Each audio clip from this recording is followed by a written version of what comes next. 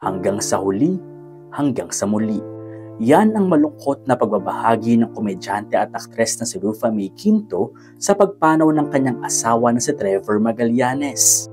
Kalakip ng mensahe ang ilang larawan nila at pakiusap sa publiko na igalang ang kanilang pagluluksa. Kasalukuyang hindi pa tiyak ang naging sanhi ng pagkamatay ni Trevor. Kaya naman nakiusap din ng aktres na huwag magpakalat ng maling impormasyon o espekulasyon tungkol dito.